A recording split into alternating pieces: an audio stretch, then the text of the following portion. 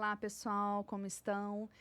Estamos começando mais um podcast, na verdade um GabaCast, que é um projeto do Gabarito, e com uma pessoa muito especial, com várias pessoas especiais. A nossa convidada é a Cristiane Sobral, que veio de Brasília para um bate-papo conosco, com professores, com alguns alunos.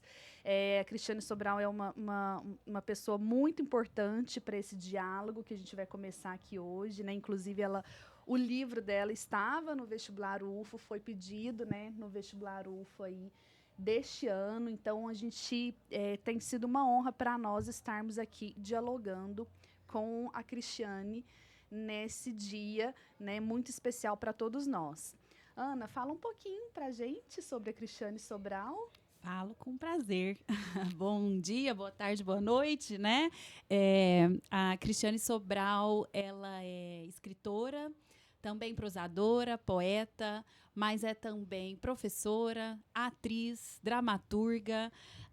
Então, ela tem uma gama de trabalhos e de produções e nos abrilhanta com uma poética, com uma linguagem muito metafórica, com uma linguagem que a gente chama de poética do afeto, né? E para além disso tudo, o Terra Negra é um livro que está na UFO, também foi renovado para o ano de 2024.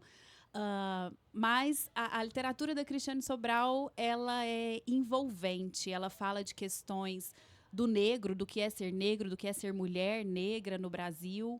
Também vai falar de questões de racismo, né, para além do que é ser negro. Então, é uma poética necessária para todos nós. Ah, que ótimo. E a Ana representando esse lugar, né, como professora, né, de literatura, da língua portuguesa, atuando aí conosco no Fundamental 2 e no ensino médio. E aí, Ana, eu acho que dentro desse diálogo, né, que é um diálogo poético, mas também de ordem legal, né, existe uma lei, Cristiane, que é a Lei 10.639/03, uma lei que está completando 20 anos, né, então a gente, enquanto instituição de educação, como não discutir um aspecto tão importante, dialogar sobre tudo isso? Conta um pouquinho para a gente sobre essa lei. Essa lei, ela é uma lei que está completando 20 anos, agora em 2023.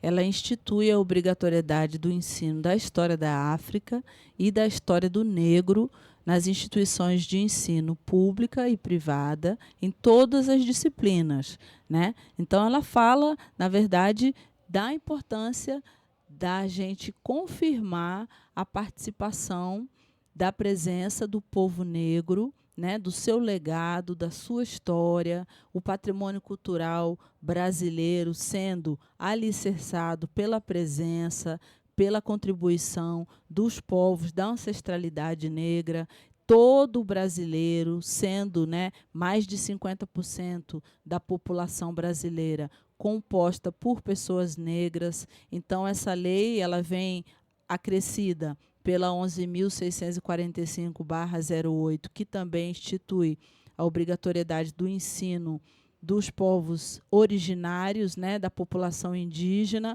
Então, fala, olha, Brasil, vamos falar sobre as nossas origens, sobre as nossas raízes negro-indígenas. Então, fala de como nós somos ricos, né? Como nossas crianças, nossos jovens precisam conhecer um pouco mais, né, sobre aquilo que é a base da nossa sociedade. E isso é muito importante com esses 20 anos, que a gente esteja aí a cada ano aprendendo um pouco mais, né, dando a conhecer ao nosso país sobre a importância dessa contribuição, implementando essa lei, né, com ações como essa que a gente está fazendo aqui agora, né, nesse momento. Espero que vocês aí que estão ouvindo saiam aí um pouco mais instigados a ler Terra Negra. Terra Negra é uma obra para todos os brasileiros e brasileiras, não é uma obra para a população negra, é uma obra para todo brasileiro, toda brasileira, né? É a nossa raiz, é a nossa fundação. Muito bom. E eu penso assim, enquanto instituição de educação, né, o nosso papel transformador de realmente formar pessoas com reflexão, pensamento crítico, sensibilidade para a convivência afetuosa, harmônica e respeitosa. A gente tem alguns projetos, Cristiane, aqui no Gabarito, como o Festival Brasilidades, que é um festival que fomenta, né, a cultura afro, a cultura indígena, né, manifestações populares de culturas tradicionais, de povos originários. Temos o projeto de Cultura e Cidadania, que acontece em todos os segmentos, né, um projeto focado na produção de conhecimento para temas transversais. E aí a gente vem desenvolvendo ações, algumas mais pontuais, algumas mais sistemáticas, mas para promover o diálogo, né, promover esse diálogo respeitoso, afetuoso, acolhedor.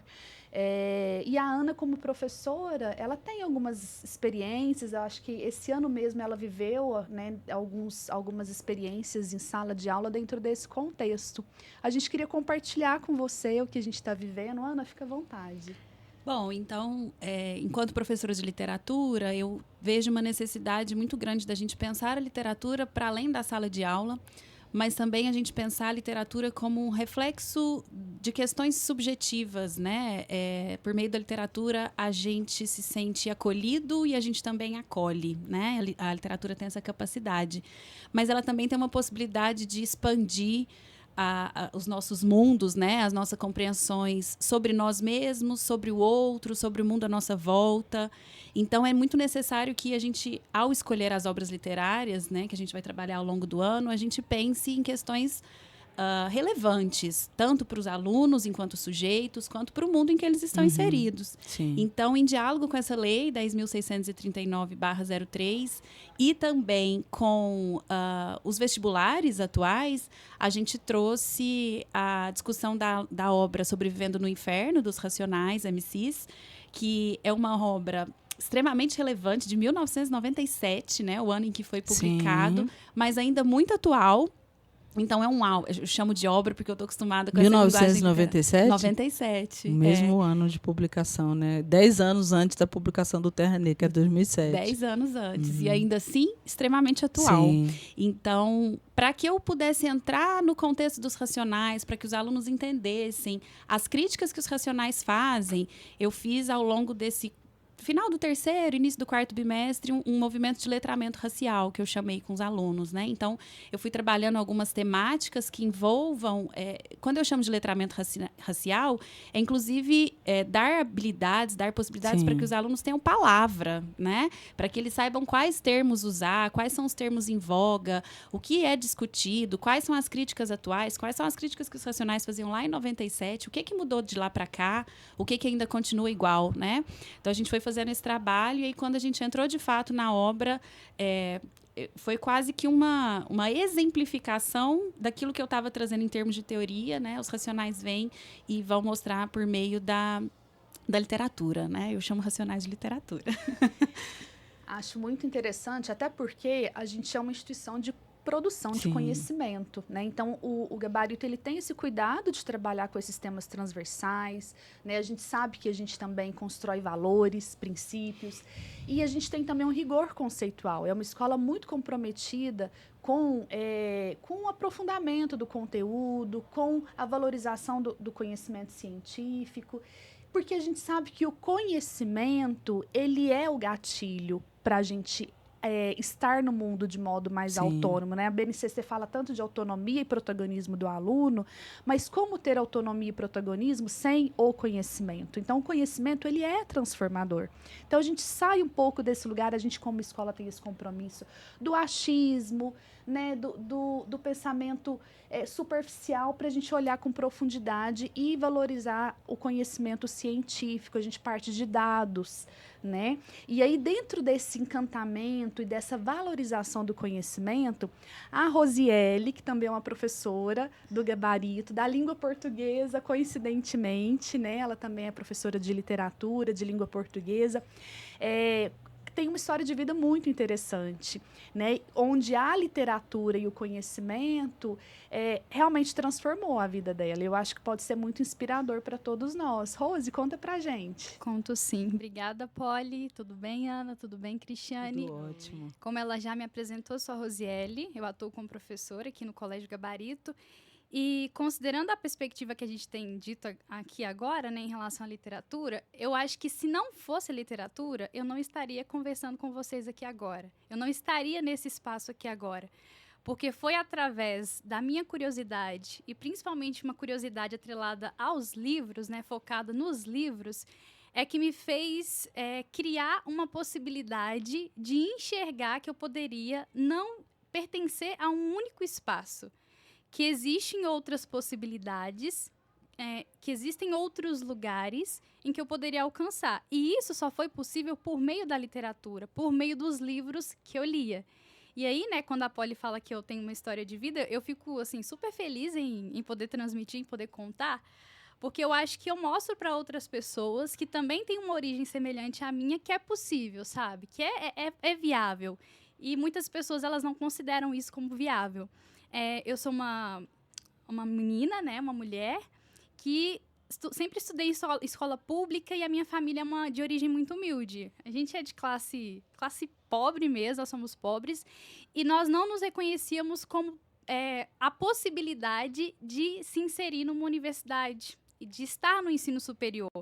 Era uma coisa assim que ninguém pensava que poderia existir a possibilidade. Então, a minha família, inclusive, ela não pensava que eu poderia entrar num ensino superior. Não existia isso na visão, né, de maneira integral. Projeto de vida, não Exatamente, fazia parte do não projeto. existia. Pra gente, né, considerando que a gente não se enxergava em determinados espaços, pra gente só alguns lugares que a gente poderia estar inseridos a isso. E aí foi através da literatura e de alguns professores que me fez vislumbrar, que me fez sentir o desejo de estar na universidade. E através do meu processo de estudo, de conhecimento, que fez, né, que permitiu com que eu estudasse, com que eu entrasse no ensino superior e pudesse estar aqui hoje como professora, né, atuando e podendo mostrar para outras pessoas com origens semelhantes à minha que é possível, de fato, que é possível ser professora, que é possível estar em vários espaços. E graças a Cristiane, graças a tantos outros autores que mostram para a gente, que traz para a gente esse discurso, que mostra realmente que efetivamente é possível, né, a gente ocupar diversos espaços. Sim. Eu gosto muito de dizer que a ficção, que a invenção, é um caminho de construção de realidades. Né? Que, ao inventar uma história imaginária, essa ficção ela produz outros cenários de realidade. Né? Então, muitas vezes, escrever é reescrever. Né?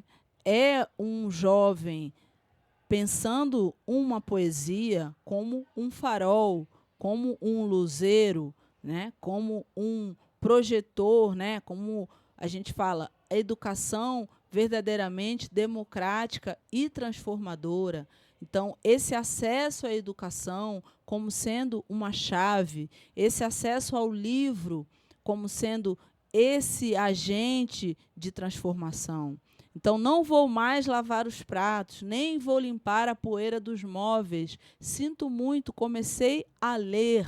Então, esse ingresso à educação, esse acesso a uma literatura, onde a personagem negra é apresentada de maneira humanizada, de maneira complexificada, né? A gente estava falando sobre a poética do afeto. Então, onde essa personagem negra ela se assume como bela, ela assume as formas do seu corpo, ela assume o seu nariz, ela assume o seu cabelo, ela assume que ela tem a cara de mais de 50% da população brasileira, que a mulher negra não é exótica. Exótico, na etimologia, né, como a Poliana estava falando, a importância do conhecimento. Então, a palavra exótico ela significa fora da ótica. Então, nós, mulheres negras, nós não somos exóticas.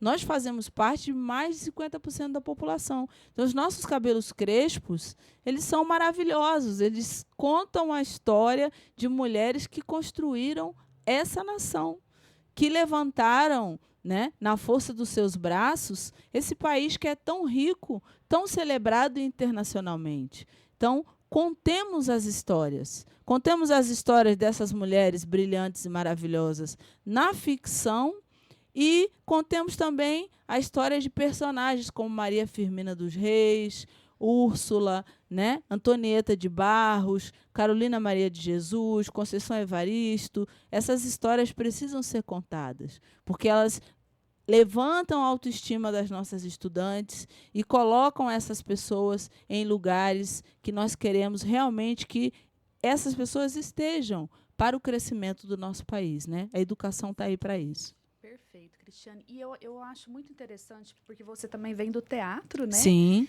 E como a arte, ela realmente possibilita a gente lidar com as nossas subjetividades e com as nossas Exatamente. emoções. E ela ajuda a organizar um pouco esses sentimentos, as nossas dores, os nossos medos. Então, realmente, as linguagens artísticas é um canal, né, inclusive de autoconhecimento. Nesse aspecto, eu fico lembrando o quantas alunas, né, Ana e Rose, nós temos aqui que estão se despertando para escrever. A gente tem alunas escritoras já no Sim, 6º ano. Já que manda um beijo para todas. E eu fico muito orgulhosa. Ontem mesmo a gente teve a visita de uma aluna que hoje já está na universidade, uma ex-aluna, e foi para letras. Ela se descobriu escritora por conta de exemplos e inspiração de professores. E nesse processo de escrita, de escrever, de se reconhecer escritor ou escritora, conta um pouquinho para a gente sobre o seu processo criativo. Como que você consegue se organizar nesse mundo contemporâneo, acelerado, mãe, tantas coisas para fazer? Como que a gente consegue se disciplinar e se permitir, né, reservar aí um tempo para criar, para contar histórias? Eu tenho um poema que diz assim que o tempo é senhor, né? Que o tempo a gente não mata, é ele o matador, né? Então, eu tenho muito respeito pelo tempo. Eu acho que uma das maneiras de conduzir a criatividade está nessa perspectiva da organização do tempo. Então, dentro do meu dia, eu costumo, por mais que a criatividade seja maravilhosa e ela possa acontecer nos momentos mais inusitados, mas eu gosto de ter, dentro do meu dia, um horário reservado para a escrita. Assim como a gente tem um horário para comer, para dormir, né? Eu estudando a neurociência, eu gosto muito de estudar a neurociência, eu descobri que a gente pode, sim, marcar um horário com o nosso inconsciente, falar, olha, de 3 às 4, eu vou abrir uma janela para o meu inconsciente para a escrita. Então, eu me coloco ali na frente do computador, não precisa ser só o computador, pode ser papel e caneta, e pode parecer mágico, mas não é. Naquele momento, vem alguma coisa. A janela do inconsciente abre e eu consigo escrever. Pode ser uma ideia, pode ser um esboço, pode ser só uma anotação. Posso escrever também em outros horários. Mas, ao longo de uma semana, eu tenho aí 7 horas. Né? Ao longo de um mês, faz o cálculo. Ao longo de um ano. Então, é importante ter metas de criação, né? Que se eu fosse só ficar contando com a inspiração, aquela coisa, né? Quando eu estiver inspirada, eu escrevo. Então, deixar essa dica que é muito importante ter a disciplina para poder... Eu tenho 11 livros publicados, né? Então, se eu não tivesse, ao longo do ano, me programado, né, quantas páginas eu vou escrever por dia, isso vale para mestrado, para doutorado, e vale também para o escritor. Quantas páginas eu vou escrever por mês, para alcançar uma meta. Eu tenho alguns livros também que eu costumo comprar, livros com técnicas de escrita, né, mapas mentais. Por mais que eu tenha os meus insights criativos, eu também gosto de alimentar, né? Eu gosto de dizer assim, eu gosto de dar comida para a minha cabeça. Então, buscar, fazer uma playlist, né? Última dica, fazer uma playlist que tenha a ver com aquilo que eu estou escrevendo no momento, que às vezes eu estou escrevendo e estou ouvindo. Estou escrevendo sobre os anos 50. Então, eu faço uma playlist alusiva que me ajuda naquele momento que eu estou escrevendo, aquela playlist me ajuda a ter inspiração para poder escrever. Então, são algumas dicas. Quem quiser saber mais, vai lá no meu Instagram, @CristianeSobralArtista. Fugir das redes também é uma ótima dica, né? Não assistir televisão durante tanto tempo, preservar um pouco mais o silêncio, né? Porque é importante para a gente poder ouvir a mente, né? Porque a mente ela fica muito consumida pela televisão, pela novela, pelo WhatsApp. Então, silenciar um pouco essas redes. Costumo olhar os aplicativos e ver lá quantas horas por dia eu estou acessando o Instagram. Botar um limite, né, para mim. porque senão a gente acaba gastando muito tempo. E esse tempo não é aproveitado para aquilo que a gente considera importante. Excelente. Eu acho que são excelentes dicas, né, para o nosso processo criativo. A gente percebe que a gente tem muitos alunos e alunas potentes, né, realmente buscando dessas linguagens para se reconhecer, para escrever. E eu acho que a gente tem esse papel de ampliar o repertório cultural, o repertório estético dos nossos educandos, para que eles realmente tenham autonomia para que possam fazer escolhas responsáveis, né, escolhas justas e serem autores das suas próprias vidas, né? Eu acho que é o que a gente busca enquanto educador, enquanto sonhador, contribuir na formação dos educandos. Muito obrigada pela sua presença conosco, obrigada meninas, professoras. Obrigada pelo convite. Foi lindo. Foi um Até prazer a estar aqui. próxima. Gratidão, bom dia aí para todos, para todas. Estamos aí. Até mais. Até o próximo. Até mais, gente. Tchau. Beijos. Beijo, beijo.